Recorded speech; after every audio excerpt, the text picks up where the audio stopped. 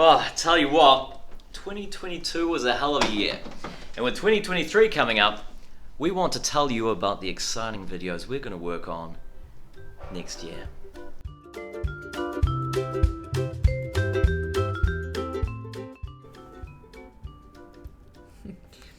As 2022 comes to a close, it is important to be honest. The last 3 years have been absolutely crazy. At this time in 2019, Matt and I were sitting in Florida celebrating our recent marriage, looking forward to a year of international travel and interesting discussion about changes to the global tax system.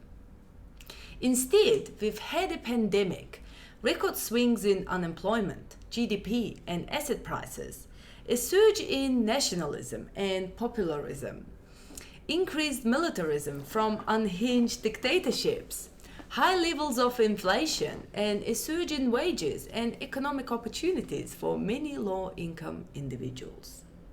During that time, we've dealt with lockdowns and mass protests about vaccines, while at the same time seeing a surge in innovation related to working from home and information communication technology as a whole. In the policy world, governments showed themselves willing to react quickly and reasonably to ensure individuals and families against this uncertainty during the COVID crisis. But they've now started using this newfound power to turn around and invade their neighbours, subsidise their friends' companies, and ban abortion and smoking under the rally cry of "this is for the greater good." If you told me this was going to occur when we were in Florida, I would have told you to put down your drink and maybe whatever else you're smoking. It's a fool's errand to do forecasts. And as a couple of fools, we thought we'd give it a go. We aren't going to say anything directly about oil and commodity prices, the euro, unemployment and inflation. There'll be a million other forecast videos out there talking about this stuff. And to be frank, just talking about these outcomes is a bit meaningless and a waste of time. Instead, we want to talk about themes, specifically the 4 themes we expect to be very important in economic debates over 2023.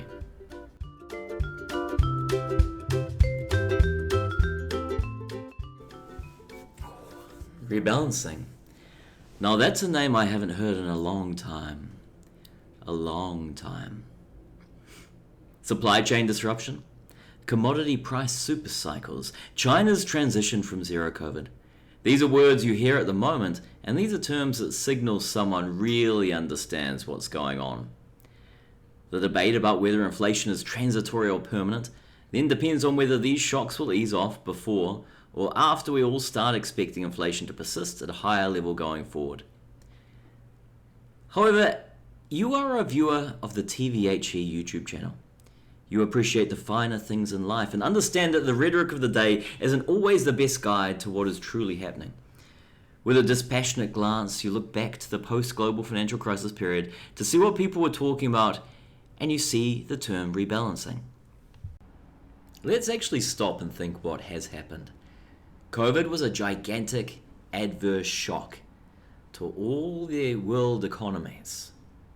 Now, a bunch of governments decided that they would insure against this to protect their citizens by drawing from resources in the future, including China. Now, borrowing from the future in that way is something that high-income countries have some experience with. There are existing systems that allow for this type of insurance, and these countries were able to wind it down when it was no longer needed.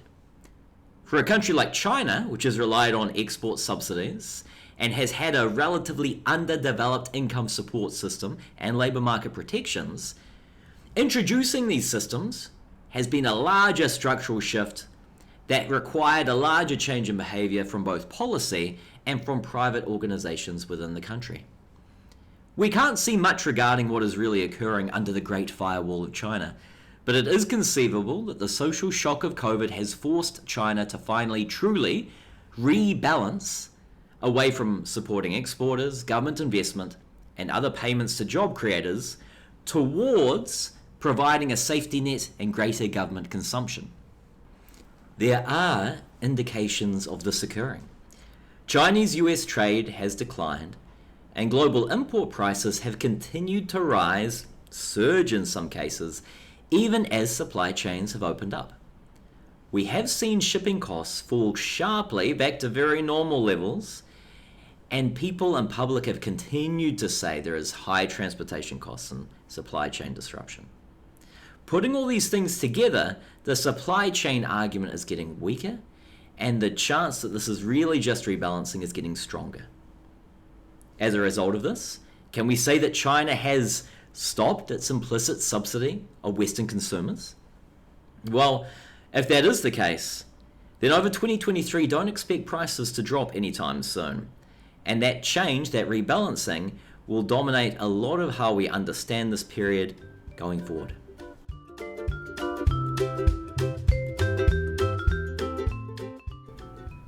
Matt and I have been thinking about all the things we need to make YouTube videos.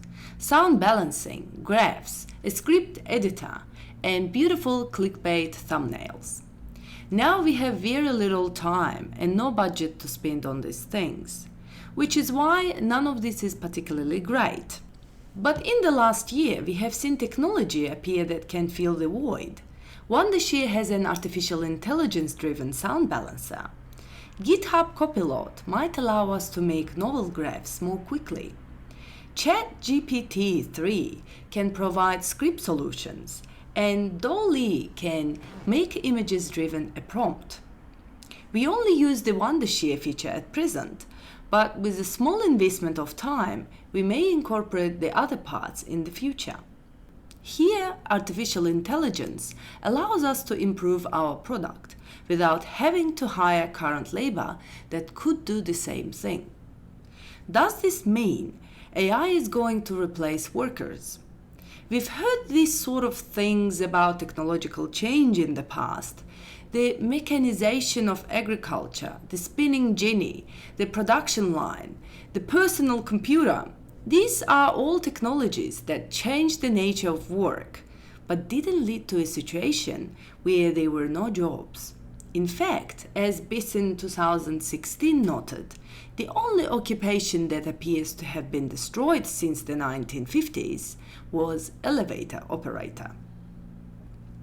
Instead, technology has led to a change in the tasks that workers do, with capital now able to do certain tasks, allowing workers to do other things.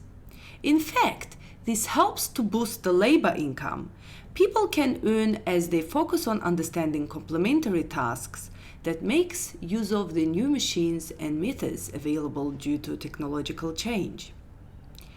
The use of AI to perform business services tasks does feel a bit different though. Technology has allowed us to produce primary and manufactured goods using less and less labor to directly make the product. Instead, the comparative advantage of people has been in organization, marketing, sales, and general services. If AI and robots can increasingly undertake services, what tasks are left that humans will be effective at? This isn't to say jobs will disappear, but if technology allows all human work activities to be done cheaply at scale, then any payment given when we sell our labor may decline, as this technology sets the opportunity cost associated with a business using labor. 2023 may give us a clear picture of how this is going to work out and what opportunities lie ahead of all of us in the labor market. This is an issue we will be producing a few videos on during 2023.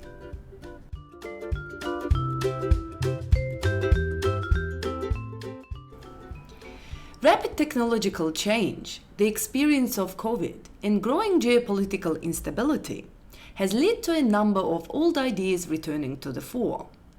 Chief among these are price controls and industrial policy. In a world of uncertainty, it doesn't take too long for bureaucrats to decide that they need to make things certain for us. However, cynicism alone doesn't mean that such policies do not have a role. Price controls may help as a short-term tool in a politically constrained environment where better solutions are not practical. Industry policy may help in areas where private firms are not able to coordinate or the products involved are not strictly private goods. For this to be effective, we need to understand what the organizational failure is and be able to understand whether our intervention improves matters. However, it is not even about policies being effective or ineffective per se. Such policies may be good at achieving an end, and it may be the case that policymakers understand how the policy works and can make that evaluation, but it could still be a bad policy. The real question we need to ask ourselves is whether there is a clear end that can be understood as something that truly increases social welfare. Whenever I talk to an economist or a policymaker who tells me that it is important for government to implement a vision, I have one question. Whose vision is it? We live in a world where people have a variety of different desires and needs, and given that, it can often be difficult to state what a coherent vision is. The best answer often is opportunity to live a good life. And it is here the debate becomes about what opportunity refers to. Debates about productivity, redistribution, labor supply, education, housing, these all are to some fundamental end of human opportunity. What do I think the big debate will be in this context during 2023? Industrial policy versus competition policy. Is it enough to break up monopolies and ensure there is effective competition? Or are some competition problems endemic, for example, natural monopolies, leading to situations where the government needs to take a more active role in capital ownership? We are aware that both claims of market failure and market supremacy can be ways for corrupt individuals to allocate resources to themselves. As a result, we will be doing videos trying to understand competition in modern economies during 2023.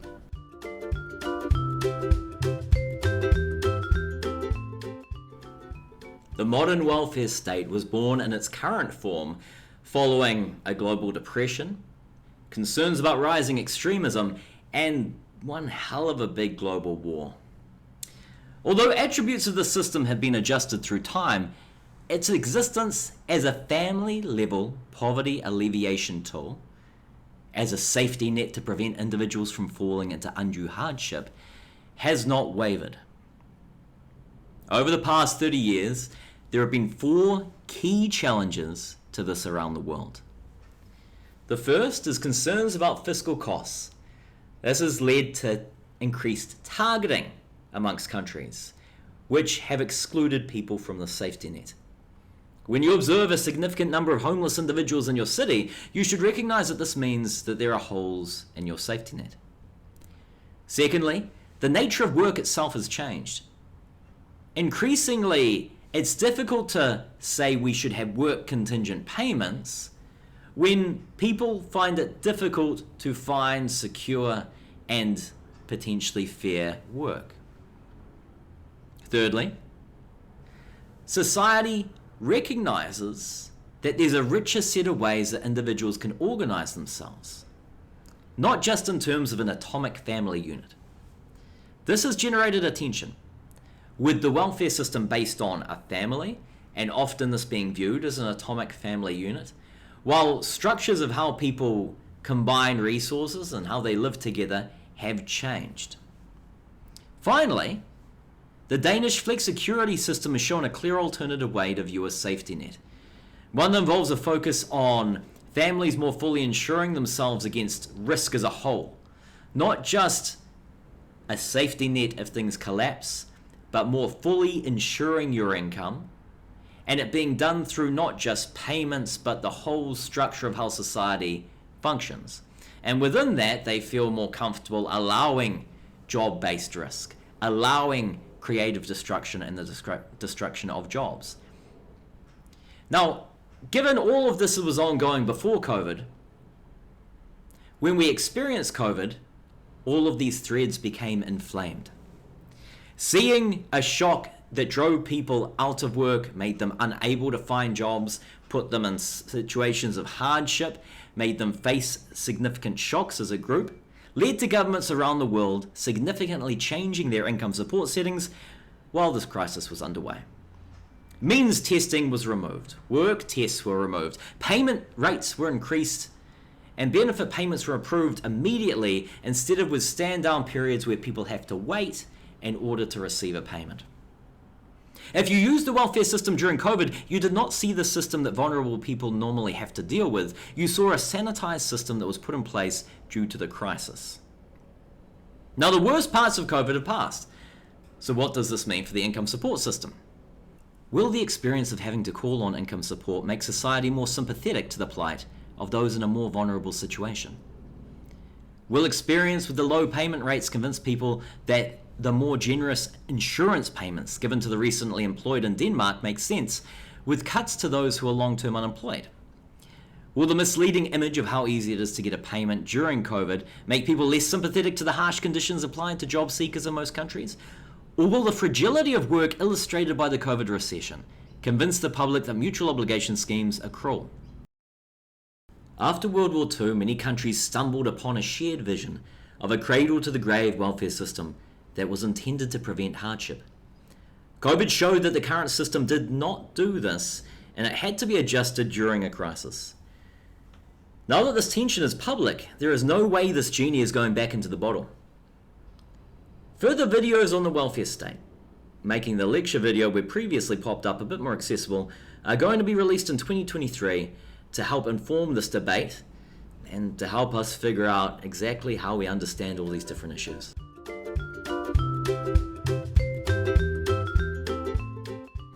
We see 4 big themes for 2023 in terms of global economics.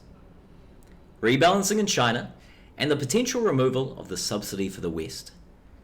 The growing consequences of automation and their effect on labour markets. Productivity policy changes and greater pushes for increased government involvement. And a rethink of whether the unemployment benefit system and the broad labour market insurance systems that exist around it are fit for purpose. Although your favourite talking heads will come up with a few more fun metaphors for changes in oil prices, the inflation rate, or whatever happens with GDP, is these 4 themes will have a more fundamental influence on people's lives and the policy debates and changes that can influence what's going to happen in a healthy modern democracy. Join us here in 2023 to discuss these issues, and let's see if we can all learn a bit more about them together.